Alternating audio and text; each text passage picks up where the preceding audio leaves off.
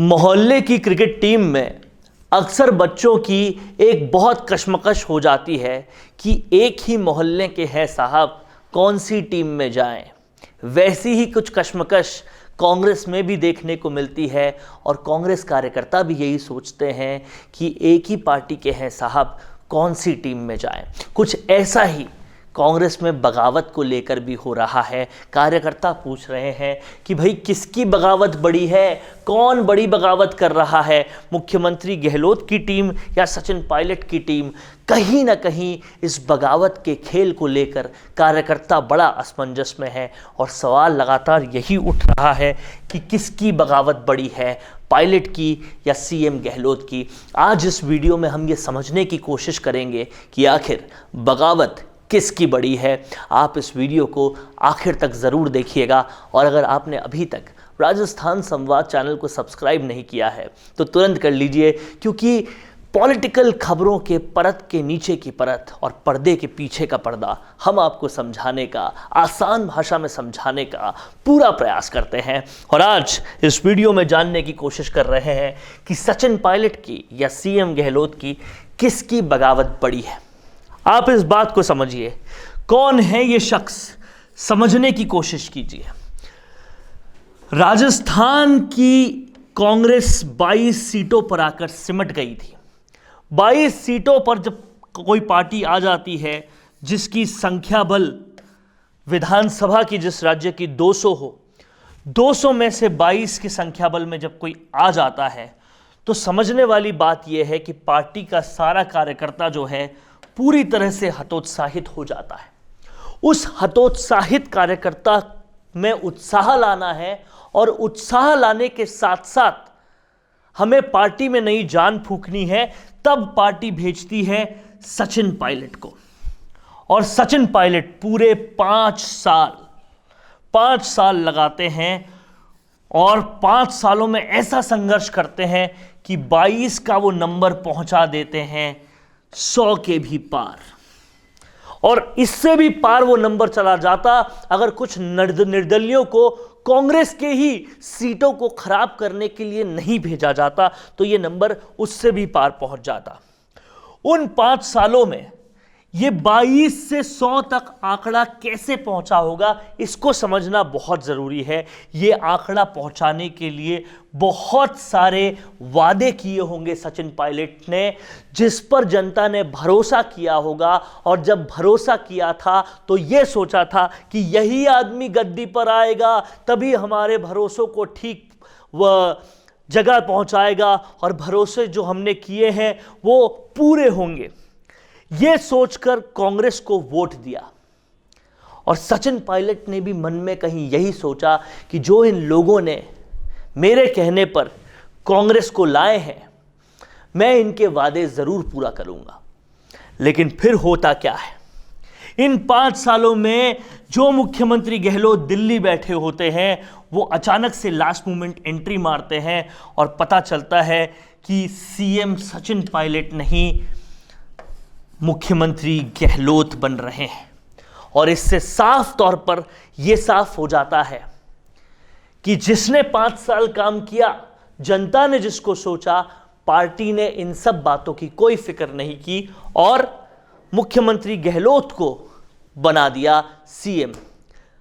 अब सोचिए ऐसा क्यों हुआ होगा। ऐसा इसलिए हुआ क्योंकि कुछ लगभग 12 ऐसे लोग थे जो कांग्रेस के ही लोगों के खिलाफ जाकर कांग्रेस के ही बागी बनकर निर्दलीय खड़े हो गए। और वो जब निर्दलीय जीते तो वो जीतते ही पहुंच गए सीएम हाउस और कहा हमें तो आपने ही खड़ा किया था इसलिए हम जीत गए। तो इससे समझ में आता है कि ये नंबर एकदम बाउंड्री पे क्यों पहुंचा, क्यों वो 12 लोग खड़े किए, किसने खड़े किए वो 12 लोग। और यहां से समझ में आता है कि पार्टी को मजबूर होना पड़े कि भाई वो 12 लोगों को जोड़ तो यही सकते हैं, बसपा वाले लोग तो यही ला सकते हैं, इसलिए कहीं ना कहीं इनको सीएम बनाया जाए। तो सचिन पायलट को सीएम नहीं बनाया गया और वो उप मुख्यमंत्री की पोस्ट पर आकर रह गए। तब तक भी बात ठीक थी, लेकिन सचिन पायलट की लगातार ये डिमांड हुई कि इन 5 सालों में जो कार्यकर्ता काम करते रहे, उन कार्यकर्ताओं का क्या होगा? उन कार्यकर्ताओं को तो कम से कम आप अच्छी पोस्ट दो। इन 5 सालों में जो वादे हमने किए उन वादों का क्या होगा? कम से कम कुछ तो वादे पूरे करो। लेकिन इनमें से कोई भी काम नहीं किया गया। उल्टा यह कहा गया तुम सीएम बनने वाले थे तो तुम और तुम्हारे साथी जहां पर भी होंगे वहां ऐसे ब्यूरोक्रेट्स भेजे जाएंगे कि कोई काम नहीं हो पाए। तो जो 5 साल वादे किए उस वादों पे जब कुछ नहीं हो रहा, उस बात की टीस थी कि राहुल गांधी ने जो 1 2 3 4 5 6 7 8 9 10 बोलकर किसानों को कहा था कि आपका लोन माफ हो जाएगा, उन्हें महज कोऑपरेटिव लोन का झुंझुना पकड़ाकर छोड़ दिया गया। इन सारी टीसों के चलते दुखी जब पूरी तरह से सचिन पायलट हो गए और जब सरकार ने उनकी सुननी बंद कर दी, ब्यूरोक्रेट भी वहां वो लगाए जो काम नहीं करने दे रहे, तब सचिन पायलट और उनके समर्थक विधायक थक हार के उन्हें सरकार का विरोध करना पड़ा और माने सर चले गए। यह तो थी बगावत नंबर 1 और उसकी वजह भी मैंने आपको बताई। इस बगावत पूरी तरह से मानकर इतना त्वरित एक्शन हुआ कि सचिन पायलट को उप मुख्यमंत्री के पद से हटा दिया गया, सचिन पायलट को पीसीसी चीफ के पद से हटा दिया गया, उनके तमाम सारे जो समर्थक थे उन सारे समर्थकों को कहीं ना कहीं अपने मंत्री पदों से हटा दिया गया और पूरी तरीके से फटाफट फौरी तौर पे कार्रवाई हो गई। इसके बाद एक और बगावत होती है। इस बगावत को भी आप पूरी तरीके से समझिएगा। इस बगावत में क्या होता है जो कांग्रेस के इतिहास में भी आज तक नहीं हुआ। 25 सितंबर की डेट होती है और 25 सितंबर की इस डेट को होता यह है कि कांग्रेस की आला कमान ने, कांग्रेस की सबसे बड़ी जो कमान होती है उसने एक विधायक दल की बैठक बुलाई। तो कांग्रेस की अध्यक्षा उस वक्त सोनिया गांधी थी, अध्यक्ष का पद सबसे बड़ा होता है। उन्होंने विधायक दल की बैठक बुलाई और विधायक दल की बैठक में कांग्रेस में आज तक पूरा इतिहास है कांग्रेस का, यही होता है कि एक लाइन का रेजोल्यूशन निकलता है, जो आलाकमान कहेगी वो हम करेंगे। और ये होने की बजाय जैसे ही इन विधायकों के दल को पता पड़ा कि सचिन पायलट को सीएम बनाने की बात इस विधायक दल की बैठक में हो सकती है, बैठक को ही बाइकआउट कर दिया गया। और ये बैठक को बाइकआउट किसकी मौजूदगी में किया गया, इस बात को समझिएगा।